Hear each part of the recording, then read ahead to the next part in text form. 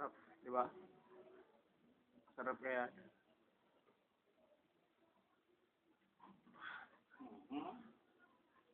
Iwanan ang boyfriend. Ano? Basta sa Iwanan ang boyfriend.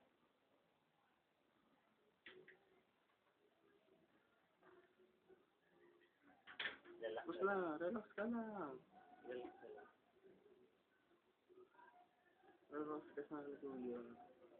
Kaya Diinan naman to, higpitan lang. higpitan pala yung roskas. Para daw hindi na daw ulit na ulit mawala. Ulitin natin. Naku, patay, ang liit daw. Oo, mali. Ulitin natin.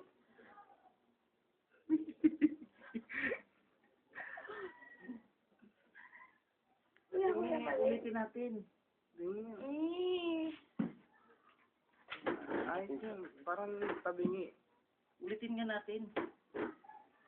Parang lang naman.